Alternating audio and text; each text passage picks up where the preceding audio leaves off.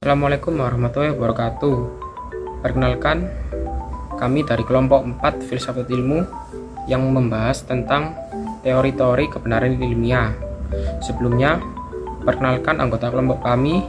Yang pertama ada Muhammad Rizky Farizal Raihan, yang kedua ada Fauzi Nini Alfiani, dan yang ketiga ada Isti Munawaroh. Kelompok kami akan menjelaskan tentang yang pertama, apa itu teori korespondensi, yang kedua, apa itu teori koherensi, dan yang ketiga, apa itu teori pragmatis. Teori korespondensi adalah teori yang berpandangan bahwa pernyataan-pernyataan adalah benar jika berkorespondensi terhadap fakta atau pernyataan yang ada di alam atau objek yang dituju pertanyaan tersebut. Kebenaran atau keadaan benar itu apabila ada kesesuaian atau korespondens antara arti yang dimaksud oleh suatu pernyataan atau pendapat dengan objek yang dituju oleh pertanyaan atau pendapat tersebut. Perkenalkan, nama saya Isti Munawaroh dengan NIM 210103110032. Baik, saya akan menjelaskan materi yang kedua atau poin yang kedua mengenai teori koherensi. Jadi, teori koherensi ini adalah teori kebenaran yang mengatakan bahwa kebenaran itu merupakan suatu proses atau hasil proses atau keadaan yang menunjukkan adanya keadaan yang runtut, yang masuk akal, yang saling berhubungan antara gagasan-gagasan yang dimiliki oleh seorang subjek mengenai suatu objek tertentu.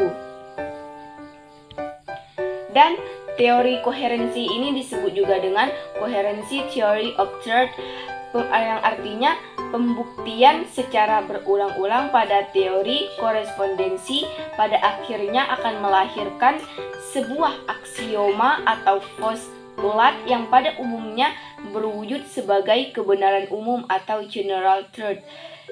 Contohnya, matahari terbit dari timur. Pernyataan tersebut merupakan sebuah kebenaran umum karena sudah diyakini benar. Kita tidak perlu menunggu hingga esok pagi untuk membuktikan secara faktual bahwa matahari benar-benar terbit dari ufuk timur. Jadi di sini kita tidak perlu lagi membuktikan karena ini tadi kebenaran umum atau general truth, seperti contohnya matahari terbit dari timur tadi.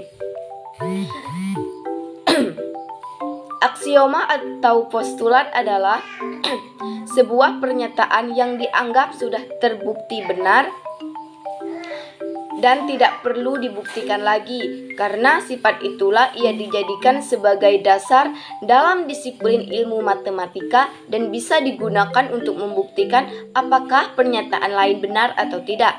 Menurut teori koherensi, sebuah pernyataan bisa dianggap benar hanya jika pernyataan itu koheren atau tidak bertentangan dengan pernyataan sebelumnya yang sudah terbukti benar.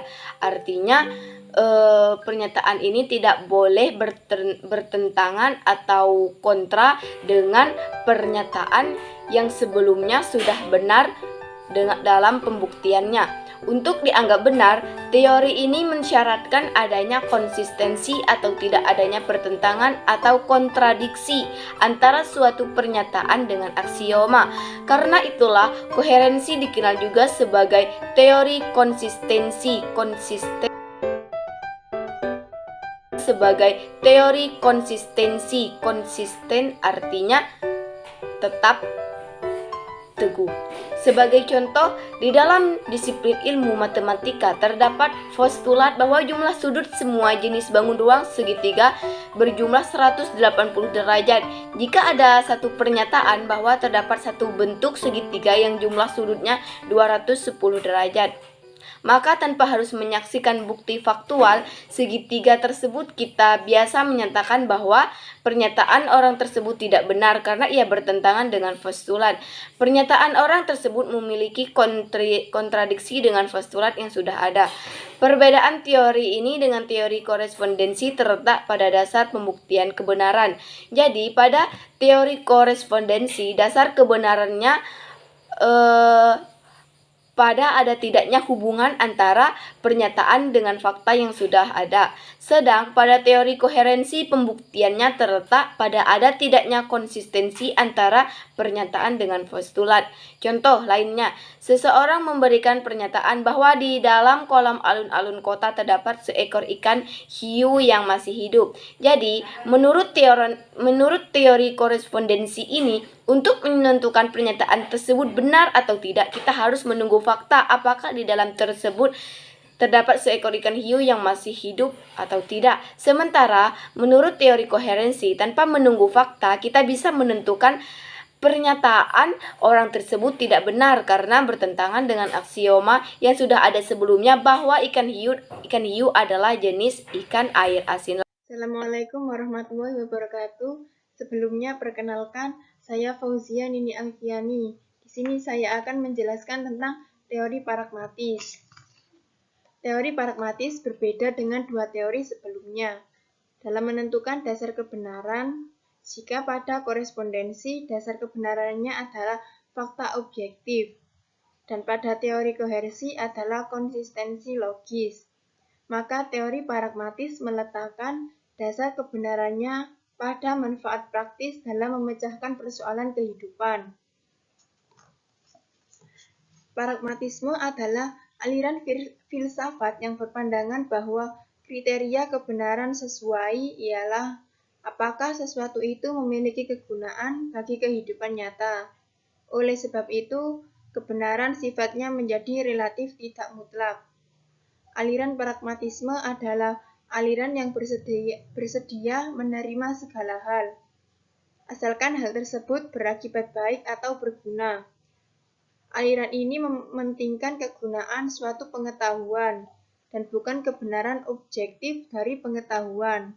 Dari sini dapat disimpulkan bahwa teori pragmatis adalah teori kebenaran yang memiliki kriteria suatu pengetahuan dan benar apabila memiliki kegunaan praktis atau manfaat dalam kehidupan. Selanjutnya yakni pandangan pragmatisme. Yang pertama di sini ada metafisika. Pragmatisme seluruhnya berdasarkan pada pendekatan empiris, yaitu semua apa-apa yang dapat dirasakan itu benar.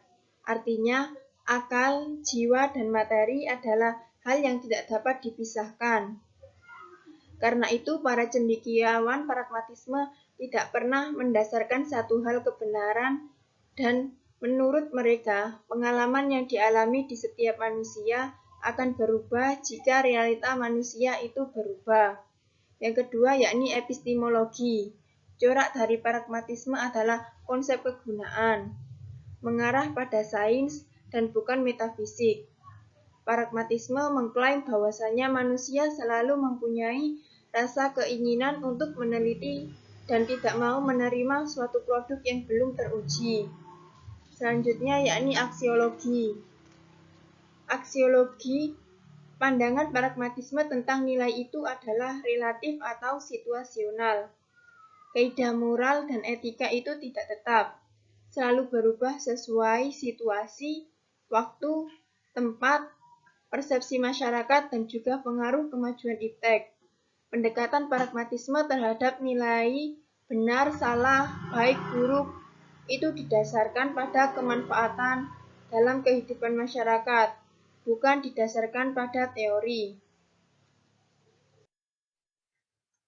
Demikian video penjelasan dari kelompok kami. Apabila ada kesalahan, mohon maaf yang sebesar-besarnya. Assalamualaikum warahmatullahi wabarakatuh.